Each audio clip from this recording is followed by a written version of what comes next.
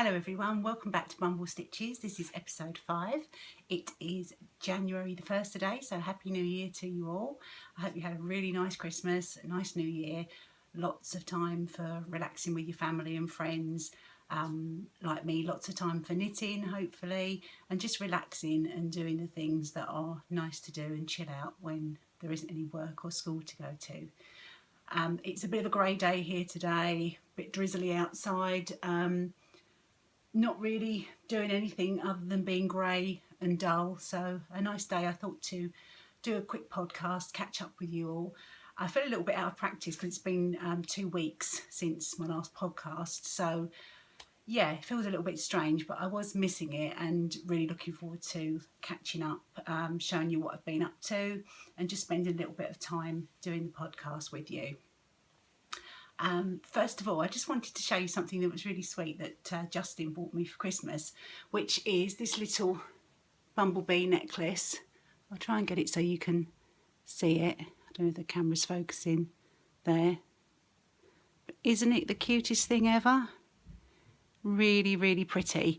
I'd seen it a long time ago on Instagram, I think. It's designed by Alex Munro, and fell in love with it instantly. And yeah, I dropped quite a few heavy hints, and yeah, there it was on Christmas morning, so I was really, really pleased to get that. So my little bumblebee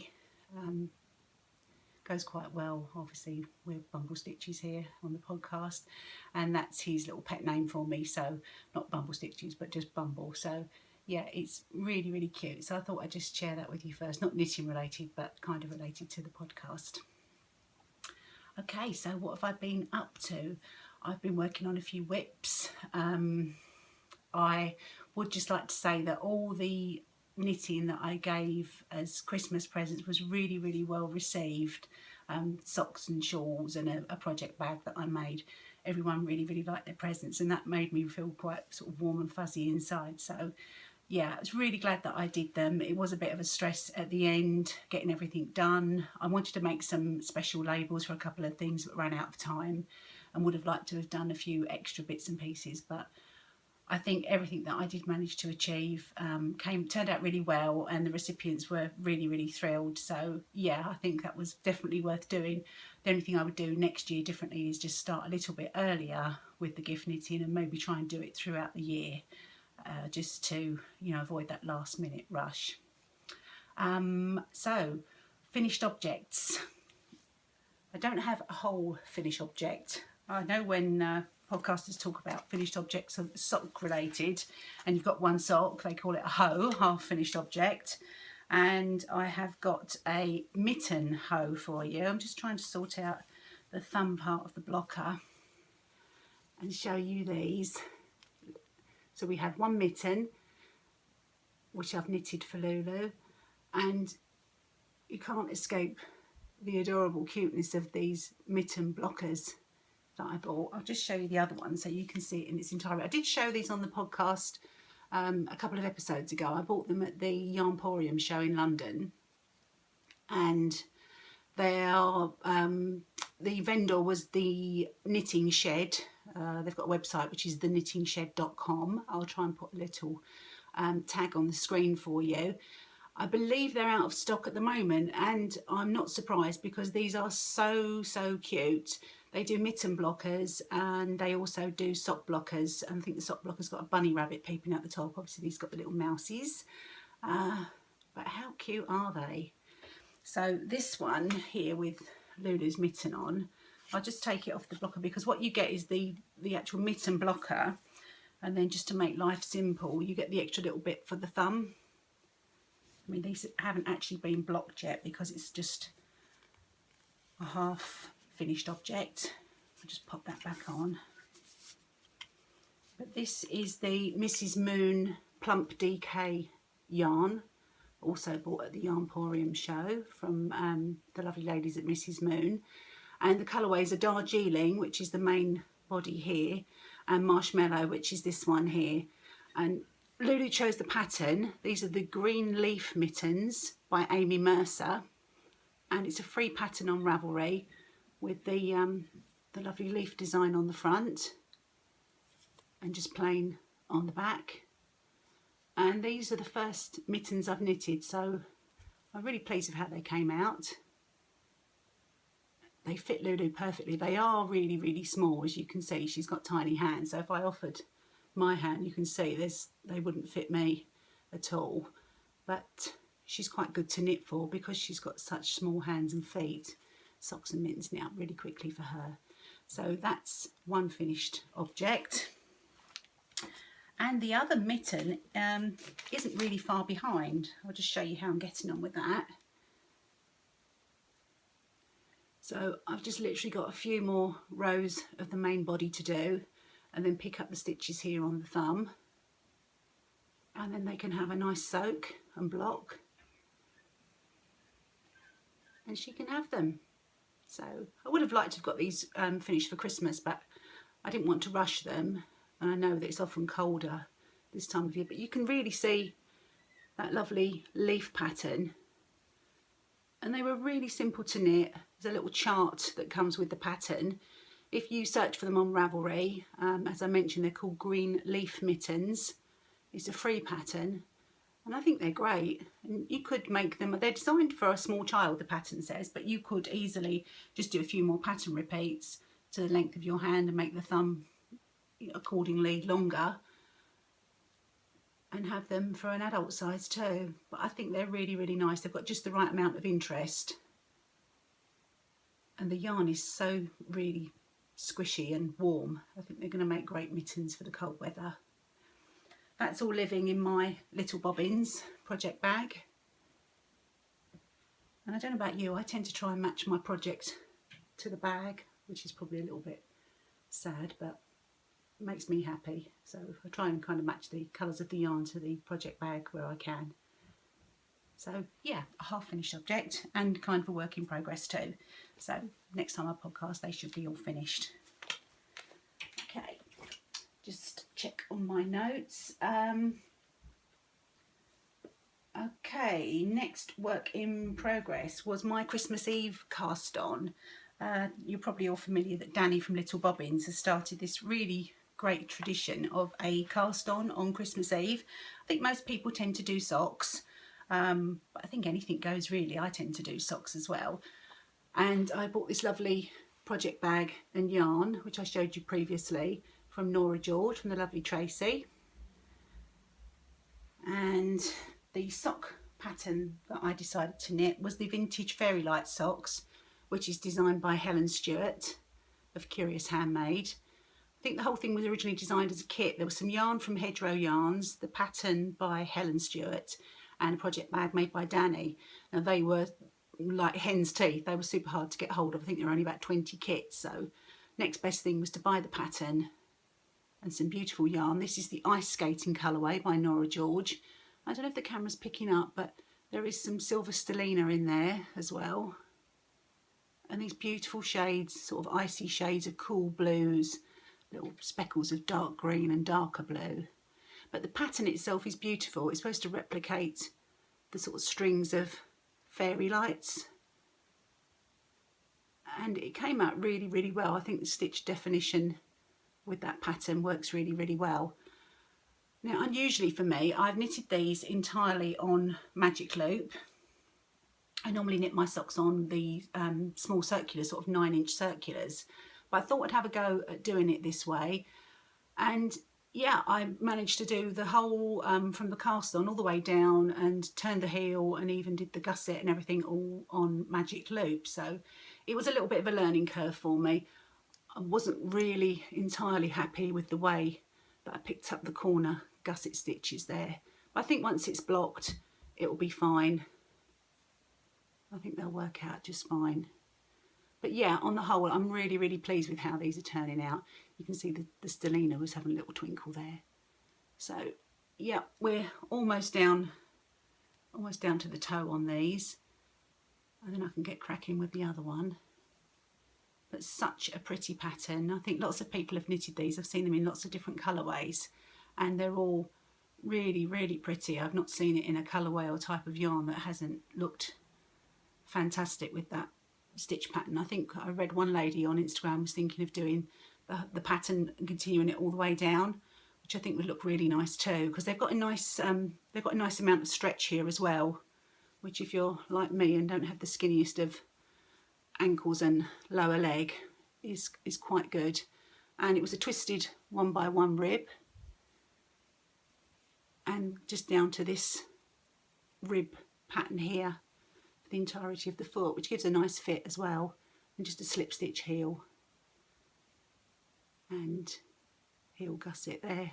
So yeah, I'm really pleased with those. It was lovely to sit down on Christmas Eve and have that little bit of time dedicated to just casting these on, and yeah, nice to think that lots of knitters all around the world that follow Danny's podcast were doing exactly the same thing. So just a really nice tradition to be part of. So thank you, Danny, for starting that. It's the second year that I've done these, and I think it's now going to be part of my Christmas Eve to always cast a pair of socks on. Yeah, and just keep that going. It's a really nice tradition to have. So that's another whip that I have. Just pop that down. I think the yarn has decided to go for a walk. There is another whip. It's a sock whip, and they are the Mercury socks, which lots of people have been doing, and I love the pattern. Now these sadly are not working for me. As I mentioned, I don't have the smallest of ankles, and when I read the pattern I was quite pleased to see they gave several options for the sizing, the stitch count, to give a bigger fit. So I merrily knitted all the way down, did the heel. This is the Candy Cane sock set from Nora George Yarns. Again, I love Tracy's yarn, so I thought I'll put the green heel in, make them really Christmassy. Love the way that the yarn was knitting up. Everything about the yarn is fab. Everything about the pattern is fab, but the two together and the fact that I knitted the largest size is not working. You can see on this blocker just how big this is turning out. It's absolutely huge. So, and I tried it on at this point, and it's more like it's like a boot rather than a sock. So I think really it's time to admit defeat with this one. So these will be frogged, or this is as far as I've got. This will be frogged later, and with the yarn being a Christmas yarn, the Candy Cane design or colourway, I think what I'll probably do is frog it, recake it, and just pop it away for next year, and just knit them perhaps earlier in December so that they're ready. And I think what I'd actually do is, you can see how pretty the yarn is knitting up in the stockinette section. I think it actually lends itself better to the stockinette than it does to the pattern. So I think I'd just do a plain vanilla sock. Speckles are so pretty in this yarn. Yeah, just a plain vanilla sock, still with the green for the heels and for the toes. And maybe I'll do the Mercury socks, because it's such a nice pattern. I love the way it's knitting up. It's a really pretty lace pattern. It's only a 5-row repeat, so it's quite simple to do. I think I'll do that in perhaps a plainer yarn, and obviously a much smaller size, because these are huge. They would fit Hagrid, I think, these socks. So there you go, you live and you learn. But beautiful yarn, beautiful pattern, far too big, so they are going to be frogged later on. They were living in this in my little Christmassy bag, so I'll probably pop it all back together, save it for next year. So that's the rest of the cake of yarn, and obviously the little green mini, which was a 20-gram mini in the green to coordinate. Yeah, so not the end of the world. Didn't even get to complete the whole sock, because I just thought it was, at that point, once I tried them on, I could see they looked big, but once I tried them on, there's just no way. That is a huge sock. Okay, let's pop that one back. So that's the whips at the moment. One thing I have dug out again, just reach for it, is my Cozy Memories blanket. And this I keep in this big Soap and Glory sort of hat box. This was one of the Soap and Glory, I don't know if you're familiar with the Christmas gift they do once a year through Boots, where they do a big huge selection of all their products at a star gift price. and I did get it for a few years, and the containers were normally quite good. So it's a nice roomy box that I keep the whole of my Cozy Memories blanket in. So I thought it was about time I got that out and had another go on it. I'll just show you the blanket first. I'm trying to balance everything on my knee. Okay, just going to pop that there for a sec. Okay, I did put it away sort of after I'd started a square, so I'll try and hold it up so you can see it. It has got quite big. By my estimation, I'm about a quarter of the way done, and I started it quite some time ago. This was sort of the starting area, and most of these early squares were literally the leftovers from socks that I'd completed. My very first pair of socks there, that was last year's Christmas Eve socks? Yeah, I think that was last year's Christmas Eve cast on. Some socks that I knit for my dad. And yeah, there's heaps in there. I won't go through them all because that will get a little bit tedious for you, I'm sure. But I'm really not being picky about the colours, or if they're variegated or self-striping, or however the yarns come up. There's all sorts in here. It's a real mixed bag, and I think that all adds to the charm of these blankets. So this section here up till, I think I've pretty much started, yeah, from here to here is going to be 1/4 of the blanket, and then I've started to run the next rows of squares. So these all run this way, and then I've started to run outwards. So I'm going to try and get them all sort of coming out from a central point. I don't know how that's going to work out, but I'm having fun with it. There's lots and lots of different yarns on here now. Yeah, I think it's just a really, really fun way to do some really relaxing, almost mindless knitting and use up your scraps. And I think even after using all these scraps for this blanket, there may be enough to start one of the crochet rabbit hole blankets that everyone's doing, which is a granny stripe. And I looked up a little tutorial on YouTube for doing the magic knot to make a big cake of yarn from all your mini skeins to create a big cake of yarn, so you can just keep on going. So that's definitely something I'd investigate. So I just need to get this red square finished and then carry on with my Cozy Memories blanket. I'm knitting it on just some Addy circulars, and they are 2.75mm Addy needles. And the pattern that I'm using, I mean, it's basically just a mitered square, and there are lots of patterns available. This particular one is called Oh Memories, just a little black and white copy that I printed out quickly, and it's by Lydia Brown and Sarah Stevens. I liked this pattern. It was free on Ravelry. I liked it particularly because it gave different options for joining your squares, which you can see on there. And because it was all a bit of a mystery to me when I first started how I was going to do it, and it gives you options for the amount of cast-ons for fingering weight, DK and worsted weight yarn.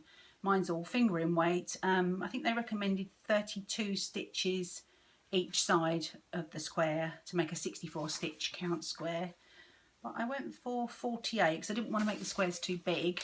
Some of the scraps of yarn I had were quite small, and it's a simple decrease in the middle, which is knit 2 together, slip the marker, knit 2 together through back loop, and that gives you, it's just more of a,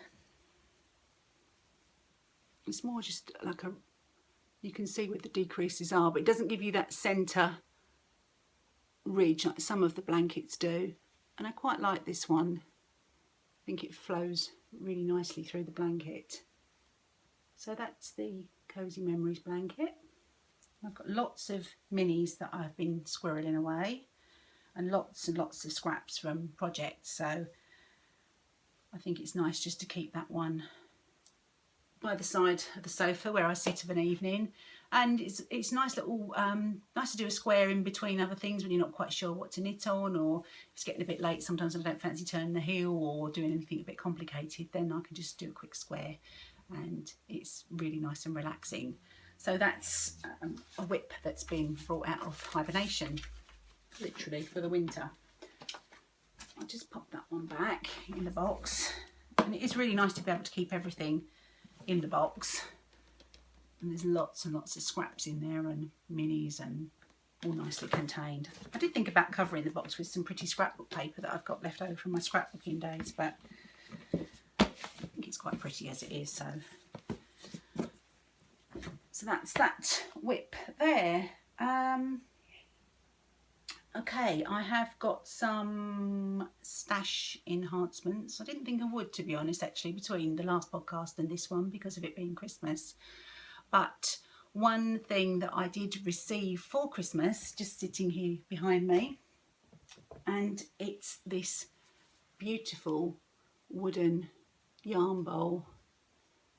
It's absolutely gorgeous, all turned by hand, and with the little swirly bit for popping your yarn through. And that came with, complete with a little skein of Rowan tweed yarn and a dinky little sachet of Eucalan yarn soak, which I'll probably use for Lulu's mittens. And this was gifted to me by my auntie Angela. So hi Angela, I know she's just started watching the podcast. Thank you ever so much for this. This is absolutely brilliant. When I'm sitting knitting of an evening, and always used to have the problem of my yarn falling off my lap and rolling across the room and Justin having to fetch it, it sits nicely in here once it's caked, and you can just twirl it round here, and because the inside of the bowl is so smooth, you can see how sort of smooth and glossy it is, and your yarn just spins away merrily in there as you knit and just pull through the hole. I'm sure you all know what yarn bowls do, and it's a perfect size for a nice sort of 100-gram cake of yarn. So yeah, really nice to get a yarny knitting related Christmas present. So thank you again, Angela. Now, other acquisitions were partly the fault of Tracy of Nora George. She mentioned on her last podcast that Deramores online yarn store were having a 25% off sale, and I really shouldn't have gone and looked, but I did. And I treated myself to this beautiful, scrumptious 4-ply sport weight yarn in this baby pink colourway. This is the same yarn that I used for the windswept shawl that I made as a Christmas gift. And I loved it so much. It was one of those things that once it was all done and blocked, it was so beautiful that I really wanted to keep it for myself, but I had to give it away. So I thought, well, next best thing is to make one for myself. So I bought 2 skeins of this, which is plenty. It'll actually give me some leftovers. But you can see the light in here is really not very good, but hopefully you can see just how soft this yarn is. And you can really squish into it. It's beautiful. And because it's got a high silk content, I think it's 45% silk and 55% merino. So it is really soft.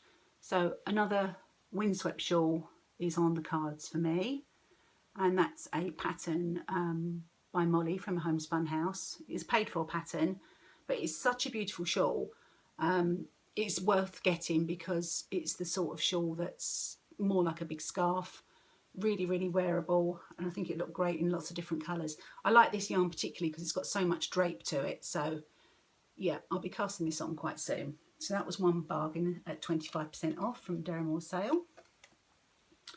I hadn't realised that they sell hedgehog fibres, which is quite hard to get hold of. I had bought some previously at a shop called Gillian Gladrag in Dorking when I was on my travels one day, but I hadn't realised that Deramore sell it as well. So this is their sock yarn, and it's a 90% superwash merino, 10% nylon, and it is, yeah, just sock. I think there is a twist to it. It's not a singles, and the colourway is Dove. I'll just pop one down. and it's a really soft blue. It's coming up a bit greeny on the camera, these bits here, but they're more sort of like a gentle brown colour. And it's really, really pretty. I thought it would make a nice shawl. I thought it was a nice neutral shade that would work well with lots and lots of things. So I bought 2 skeins of that. So it hasn't actually got an intended pattern as yet. But I figured that with 2 skeins of this and maybe a neutral, we could do a really big shawl, or all in this colour. And yeah, it was too much of a bargain to resist. So that will live quite happily in my stash until I decide what to do with it. Whilst I was on the Deramores website, I also bought some higher sharp needles, which I've used their small size in the little circulars that I use for sock knitting, but I also bought some 3.5mm fixed circulars and the 2.5 that I'm using to knit my vintage Fairy Light socks. And the fixed circulars are great because they have such a smooth join, the really sharp point that they're famous for, which is great for doing decreases and slips, knits and so on. Really, really good to work with. I find them really nice and smooth. So I bought those, 2 pairs of those. Again, everything was 25% off. And I saw these little higher sharp. I thought they were the needle protectors, point protectors that you just pop over the end of your needles. Stop your stitches falling off and stop your needles stabbing yourself or anybody else. I'm just going to get one out of the bag so you can see. And then when I got them, I realised, if you can see that, they've got the little tiny thread bit sticking out the bottom. So they're actually stoppers for the interchangeables, which I don't have. So they're kind of just sitting in my stash, unloved at the moment. But I'm sure at some point I will invest in some interchangeable higher sharps because I do love them. I love my Chiagus, but I think the higher sharps are sort of sneaking up a little bit more there. So that was all my shopping from Deramores, which came through really, really quickly as well. I wasn't expecting it to come through before Christmas, but yes. Moving on, I just wanted to speak to you about a planned project that I have. As I said, I'm finishing off my vintage Fairy Light socks, frogging the Mercury socks for the time being, and Lulu's mittens are nearly done. So it's definitely time to start on some new projects for the new year. And one of which is a pattern that I saw on Ravelry, and it's called Speckled. If you can see it on the camera there clearly, probably not actually. It's a really nice shawl. The designer is Parisa Landluft. I'm probably not pronouncing that right. And it's now a chargeable pattern, really reasonable. I think only about £3, something like that. It was free up until the end of the year, so I took advantage of that. And it's designed especially to show off the fun and beauty of speckled yarn. So the top section here, as you can see, is in a speckled yarn, and the really deep border is just plain, or you could use a tonal, which I'm going to do. And it's got some really interesting decreases that you might not be able to see on the screen that just sort of fan it out a little bit. And I think it's a really nice, simple line that will make a nice shawl. So I had a little search through my stash to see what would be suitable, and I've decided on these 2 yarns. So this one for the top and this one for the border. And this pink one here is called Romance, and it's a merino single, 100% merino, and this is from La Bien-Aimée, and I bought this at the Yarnporium show. So I'm really pleased actually. I did have quite a splurge when I went to that show, but once this is started on, it only leaves one more skein of this particular yarn in the turquoisey colourway, and other than that I have knitted everything that I bought, so I'm really rather pleased with that. It's nice to know that although you've splurged, you have actually knitted the yarn up. So you can see the colours in here. There's obviously the sort of baby pink here, But beautiful speckled section. I think that's what's going to show up really, really nicely on that particular shawl. And the creams. And this sort of almost like a caramel sort of colour there. Like the colour of a sort of toffee. It's really, really pretty yarn. And I think this coupled with, this is an old style Nora George label that I'd had in my stash. This is one of our Harry Potter yarns, and this is actually Dobby. Ludo always go crazy when I get this yarn out and says, oh, the Dobby yarn. But I think, although it's predominantly grey, I don't know if you can see if the camera's picking it up, it has got some kind of, it's as if Dobby's blushing here at this point.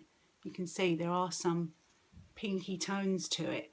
So these two will make a really nice speckled shawl. And it works out just right actually, because the pattern calls for a little bit more of the plain yarn than it does for the speckled yarn. And this skein is a little bit smaller.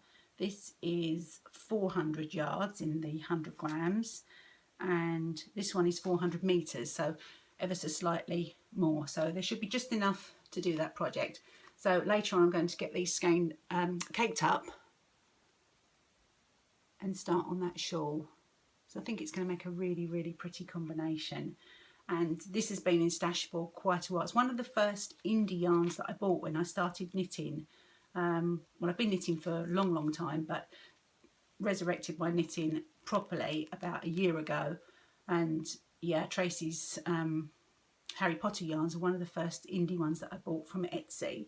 I bought this one, which is Dobby, a blue one which is called Fleur de la Coeur, and I think Mrs. Weasley was another one, which is a sort of yellowy browny one.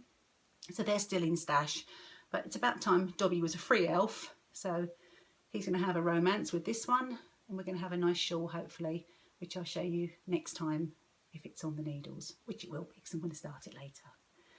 So that's a planned project along with the windswept shawl. So that will keep me busy along with finishing off some of the other items that I have. There was another pattern that I was interested in, which is the Find Your Fade shawl, which is causing a bit of a sensation on Instagram and on Ravelry. It's a huge shawl. I can't remember the name of the designer. It's a huge sort of arrowhead shaped shawl, which calls for up to 7 colour changes of yarn, and the idea is to select to find your fade and to select colour choices of yarn that suit you, ranging from a lighter to a darker, or however you wish to sort of blend the colours to make your colour combination for that shawl unique to you. And I've seen lots of people with their photos on Instagram of the yarn all lined up in the order that they're going to use it. And it was one of those where I kept thinking, should I start this? You know, but I've decided not to, because I don't have a huge stash of yarns that would necessarily sit next to each other well in that kind of colour combination, and I really don't need to be buying lots of up to 7 skeins of yarn for one project. You don't use a full 100 grams of each colour, as I understand it, but you do need those colour changes to get the design to look how it was intended. And it's a really, really huge sort of wraparound shawl. I've seen the images of it. It's quite an impressive piece of knitting. So I decided maybe to give that one a skip and to concentrate on the windswept, which I know I'll wear, and also the speckled one, which I think will be beautiful with those yarns I've selected. So maybe doing 2 is just the same as doing one huge project, but look out for it. It's a really lovely project, and if you've got lots of yarns in your stash that sit well together, or you've got a nice blend of colours and you want to do some stash busting and get something on the needles that way, I would highly recommend it. Okay, I think that is probably everything for today. I don't have any other projects to show you. Yeah, I think I've covered everything. I would like to say though, I've had some really lovely messages again, lots of new subscribers to the podcast, so really, really appreciate that you come back and spend a bit of time with me. There are some fabulous podcasts out there that we all know and love. Some of my favourites are obviously Danny. Her podcast Little Bobbins is just fantastic. So Sweet Violet with Jules, hers is again fantastic. I really like Loop and Bar with Kate. There are just so many that I watch regularly and get really excited about when there's a new episode up. So the fact that so many of you now have started to tune in and spend a bit of time with me is really, really lovely, and I do appreciate it, and I get super excited when I see that somebody else has subscribed. So please do subscribe if you're enjoying what you see, and because I'm really enjoying doing the podcast, and it's something that I genuinely look forward to doing hopefully every week. This has been a little bit longer, but yeah, hopefully every week is the plan for the new year. So I will leave it there. I wish you all a very happy new year. I hope you enjoy your day, and tomorrow, which is a bank holiday too in the UK, certainly. Get lots of knitting done, spend lots of time with the people that you love, and hopefully I will see you all again soon. Thank you very much. Bye.